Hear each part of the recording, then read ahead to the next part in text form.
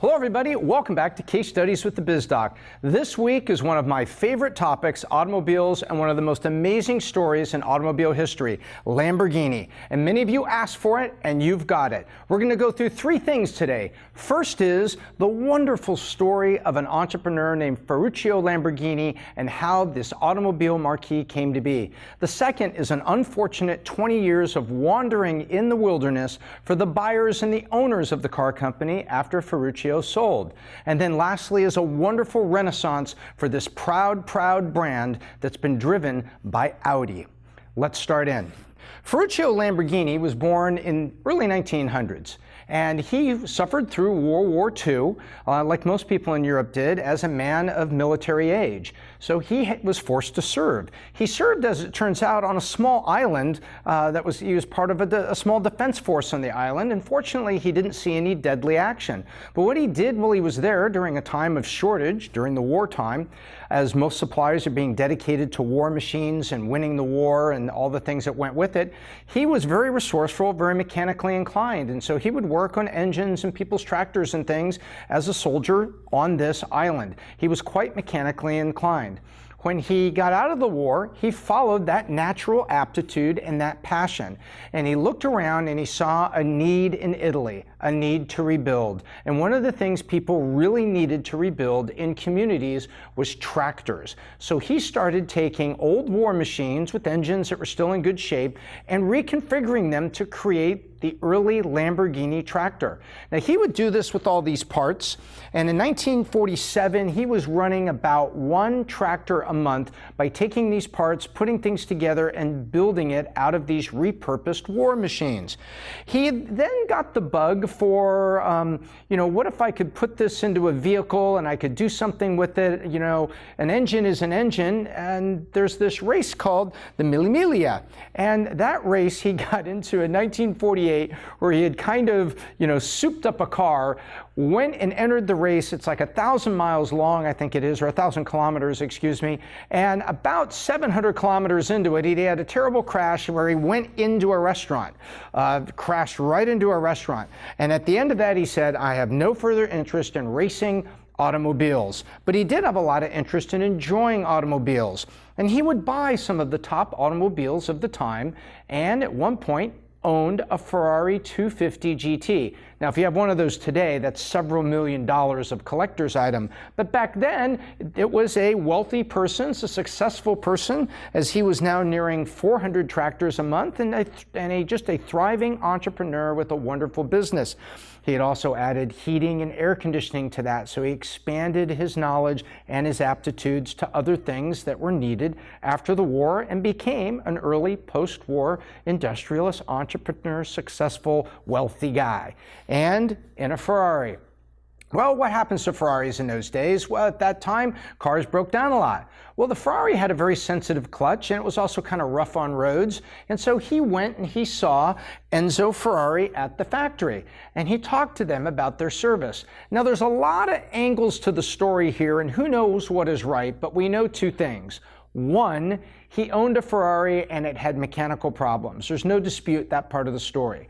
The second is he had to take it to Maranello to see the old master, Enzo Ferrari, to get service. And where the folklore begins and maybe the truth ends, we don't know. There was some sort of a confrontation between the two men. Your clutches are crap.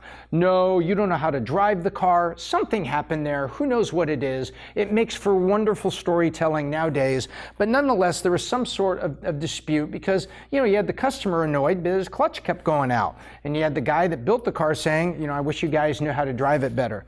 From there, he went back and said, you know what? Whatever old man Ferrari can do, I can do better.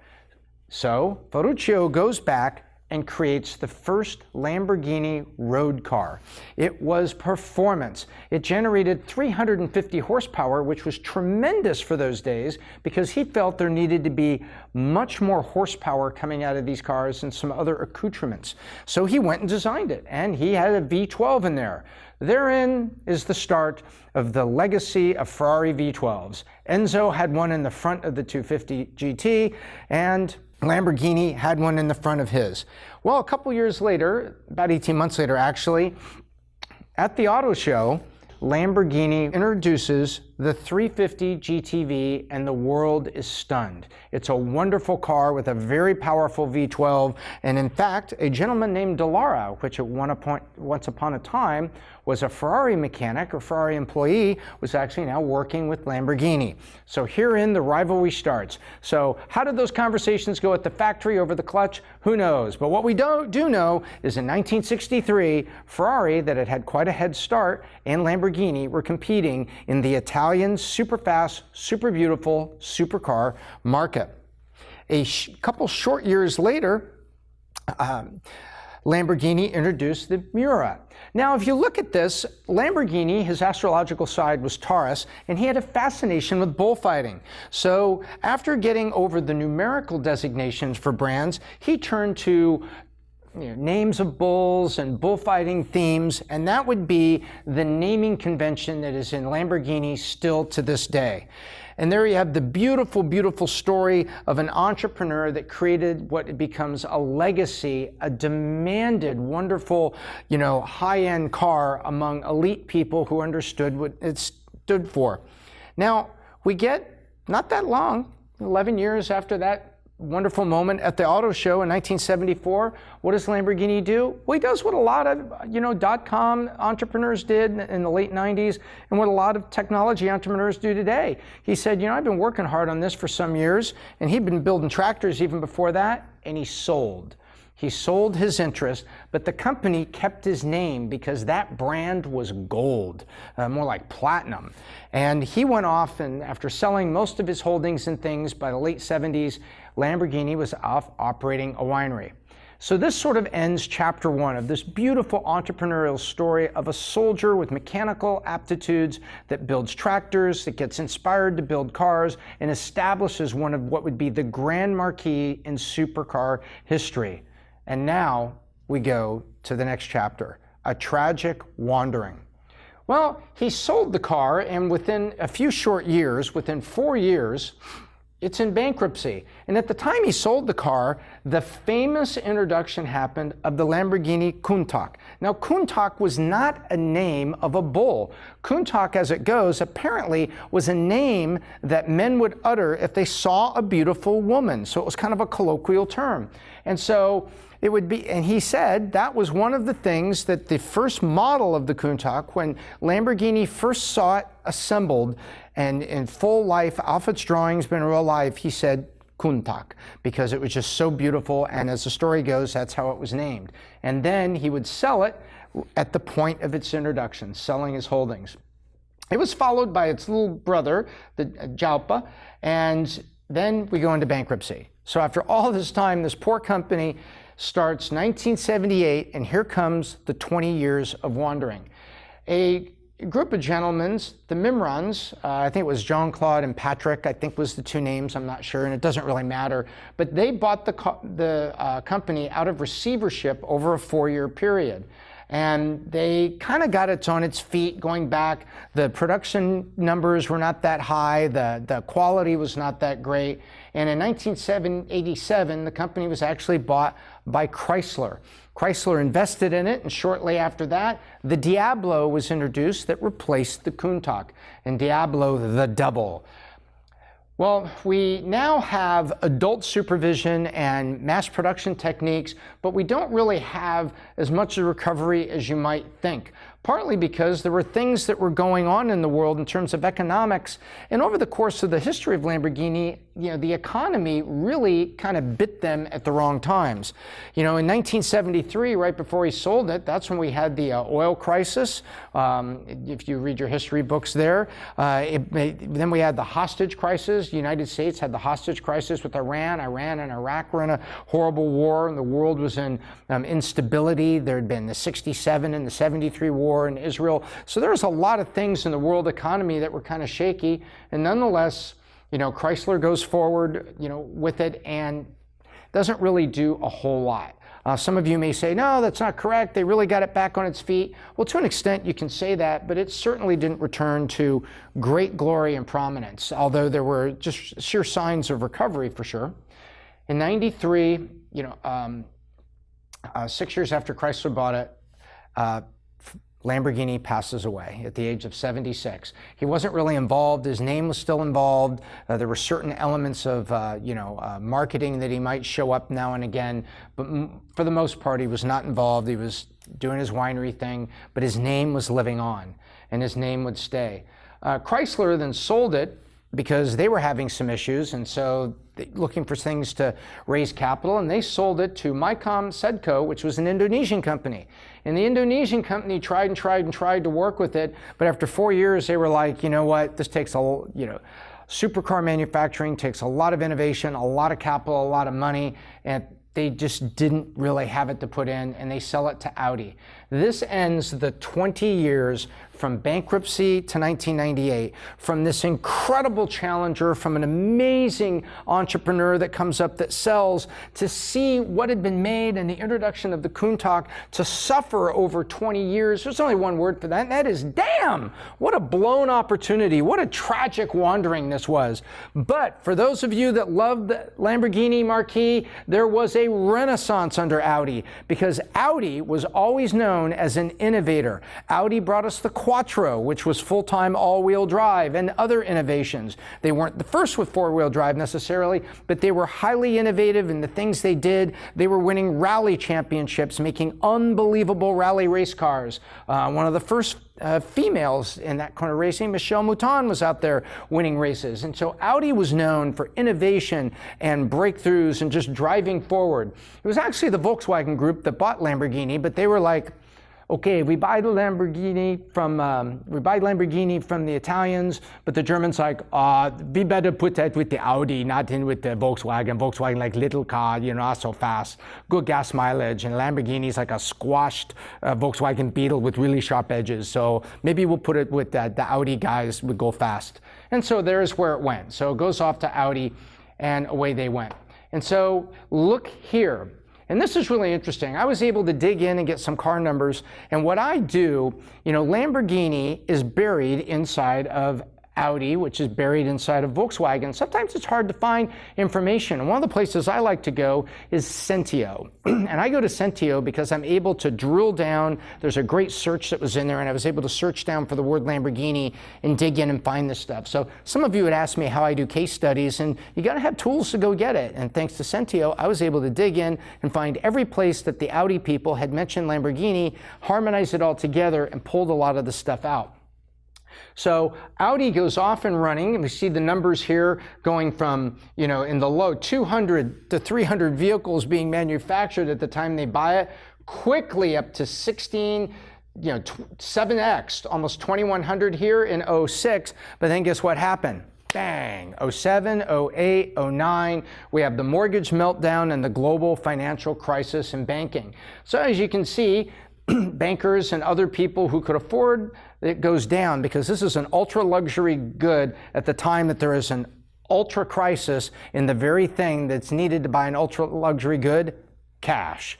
And so with the cash crisis and a financial crisis, they're all the way down to 1,300 in 2010. But then once everything, the smoke is cleared, and 09 was a recovery year, here we go. And this last year, they sold 3,800 Lamborghinis. Now, the Diablo, replaced by the Murcielago, replaced by the Gallardo, and then Gallardo replaced by the Hurricane, and Murcielago replaced by the Aventador, and then the Urus SUV. So if you want a Lamborghini SUV, everybody seems to be making mid-size SUVs. Maserati makes a mid-size SUV. Bentley is making a very nice SUV. So everybody's into that place, and it makes some sense. I don't know if you ask me for the branding, I don't know if it really fits, but nonetheless, everybody else is doing it, so away they went. And so now you have this amazing collection of cars in which all-wheel drive is shown up in the Lamborghini product line. I wonder whose idea that was. And quality is returned to Lamborghini by most people's accounts. Although stupidity among super wealthy Lamborghini drivers has never been cured. You have 3,800 this year, along with 2019, they believe they can go to 7,000 to 7,500 cars 2019. Now, will they get there? I don't know. They did 1,100 here in the first quarter of 2018, and if you multiply that times 4, that's 4,400 to 4,600 cars, which would be higher than last year, so maybe they can get there. Maybe they have plans for this SUV in sort of the wealthy market versus the super wealthy market. Who knows? Nonetheless, Audi has drawn a renaissance in marketing, branding, innovation and features, and design and recovery. It hasn't lost that wonderful Lamborghini design. So let's say you're like an NBA high draft pick, and you're like the number 3 draft pick. A Lamborghini Aventador will actually cost you roughly $950,000. And this is how it goes. Because you buy this beautiful orange, you pick one of those Skittles colors, the Aventador, for $400,000. You put you and your coked out supermodel girlfriend in there, you go down Sunset Boulevard, Justin Bieber pulls up next to you in his Ferrari F12. You go for racing with him. You wrap it around a tree. Fortunate you're not killed, but now you've destroyed your car. But now you can't go to a party without your bright orange, Lamborghini Aventador that you've put all over Instagram. So what do? You go back to the dealership, you buy a second one for $400,000 because you forgot to turn in the receipt to your insurance company and get coverage on the first one. So it's a write-off. So now it's $800,000. However, now your coked out supermodel girlfriend refuses to ride in the Lamborghini. So you got to go back to Audi and buy a $150,000 R8. Then she'll ride with you. So you add all that up, it's $950,000. And that's how a bright orange Aventador has a budget of $950,000 if you are a high draft pick NBA player. So tongue-in-cheek that may be, you can look up the articles and see that there are a lot of wealthy people from the music industry and sports that seem to love these Lamborghinis. And Ferrari seems to be a little bit of a different clientele. There are some overlap between it, but the Raging Bull, the Challenger, the style, the dramatic impact, there is a whole section of life in athletes, super professional athletes, music, and high-end fashion people that venture to the Lamborghini side, whereas the Ferrari side is a little bit more legacy. Ferrari is the ultra Gucci of cars, if you want to look at it. But I think Lamborghini has got a lot of space to go. So when I look back at this, I see a wonderful story of entrepreneurship and things that we can learn together. His natural gift, we all have a natural gift. Know what your natural gift is. Mechanically inclined, and he put that to good use. He was also resourceful. He used repurposed war vehicles to build tractors that were needed for the market. So he adapted and used what he had. He had inspiration. He wanted to serve a market. It was the rebuilding of Italy after World War II. And there's also driven by a rival. And I have a question mark there because we don't know perfectly the story. Was he completely driven into vehicles by Enzo Ferrari, or did he just love cars and had owned several of them and said, I could do it better? Regardless of how he got into it, we're glad that he did because he built one of the most magnificent marquees ever to grace a roadway. And lastly, blind spot. Was he dealing with the cursive expansion, or did he just get tired? Whatever it was, he decided to sell, and then it led to just a complete, mishandling and misappropriation of this grand vehicle brand. So that is the case study on Lamborghini, which I believe is a wonderful tale of an entrepreneur, 20 years of wandering, and then a great renaissance about somebody, Volkswagen Group and Audi, that knew exactly what they had, and it is obvious in the numbers that they knew what they needed to do to take it to the next level. Now, there's one more thing coming up. It's that apparently there's going to be a biography in film starring Alec Baldwin and Antonio Banderas. They're going to be Lamborghini and Enzo Ferrari, and so you've got this weird white guy who's going to play the great Enzo Ferrari in Alec Baldwin. I don't know how that's going to work out, but they say this thing is actually going to be funded by a blockchain platform player. So who knows if this is going to come together, but supposedly there is a movie coming out about this rivalry and the start of Lamborghini that's going to really be the biopic of Lamborghini. So who knows? I hope they don't foul it up and make some really just turd of a movie that just fouls up the story for everybody else. But anyway, that's a case study this week. Remember, we're on a mission going to 1 million subscribers. And when we get there, there will be the first Valuetainment Entrepreneur Conference featuring Patrick Bet-David, yours truly, the Biz-Doc, and other people that will be bringing you insight, information, education to make you better, your company better, and the people around you that you're involved with better still. Until next time, I'm Tom Melzer with the Biz-Doc, hoping I left you better than I found you.